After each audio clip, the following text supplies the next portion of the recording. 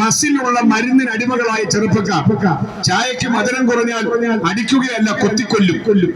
ഇനി ice cream ലഭിച്ചില്ലെങ്കിലോ, cream ബണ്ണിൽ cream ഇല്ലെങ്കിലോ, പാർക്കാണോ ബീച്ചാണോ എന്ന് വ്യത്യാസമില്ലാതെ കടല കപ്പലണ്ടിയിൽ എരിവോ ഉപ്പോ കുറഞ്ഞു പോയാൽ അടിച്ച് കൊല്ലാൻ മടിയില്ലാത്ത മാനസികാവസ്ഥയുള്ള മലയാളി മനസ്സുകളെ നമ്മൾ കാണുന്നു. പ്രിയപ്പെട്ടവരെ, എന്തിനാണ് പ്രണം? ചിക്കൻ കറിക്ക് ഗ്രേവി കുറഞ്ഞാലോ, ബീഫിന് കഷണം കുറഞ്ഞാലോ, പപ്പടം കിട്ടിയില്ലെങ്കിൽ പപ്പടം പൊടിഞ്ഞു പോയാൽ ഓഡിറ്റോറിയം അടിച്ചു തകർക്കും, കട അടിച്ചു തകർക്കും. മലയാളികളായ നമ്മളെ കണ്ട് ആവേശം ഉൾക്കൊണ്ടതായിരിക്കാം നമ്മുടെ അയൽ സംസ്ഥാനമായ കർണാടകത്തിൽ നിന്നൊരു വാർത്ത വന്നു.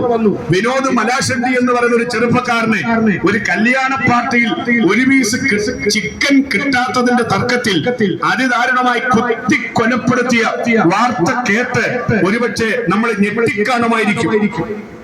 ഇങ്ങനെ ഭക്ഷണ കലാപങ്ങൾക്ക് പേര് കേട്ട ഒരു സംസ്ഥാനമായിട്ട് നമ്മുടെ കേരളം മാറിക്കഴിഞ്ഞിരിക്കുന്നു എന്ന് പറയുമ്പോൾ എത്രയോ ഹൃദയഭേദകമായ ദുരന്തമായ വാർത്തയാണ് പ്രിയപ്പെട്ടവരെ. ഇതിന്റെയൊക്കെ പിൻപിൽ വ്യാപരിക്കുന്ന ശക്തി എന്താണ്?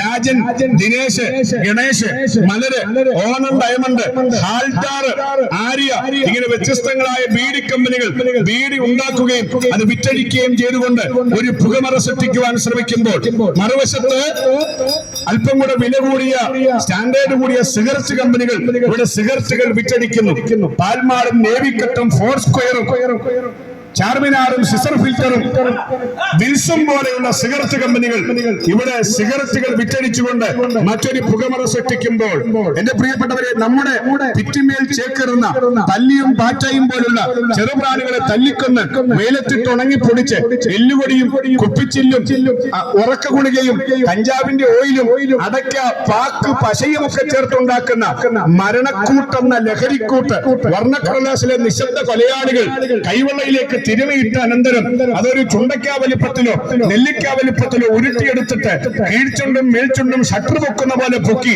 സ്വസ്ഥാനത്ത് തിരികെ അനന്തരം മുറം പോലെ നെഞ്ചും ഭരിച്ചു നിൽക്കുന്ന നിൽപ്പ് കണ്ടാൽ ഒരു പഞ്ചായത്ത് മുഴുവനും വിലയ്ക്ക് വാങ്ങിയ അഹന്തയോടും അഹങ്കാരത്തോടും കൂടെയല്ലേ?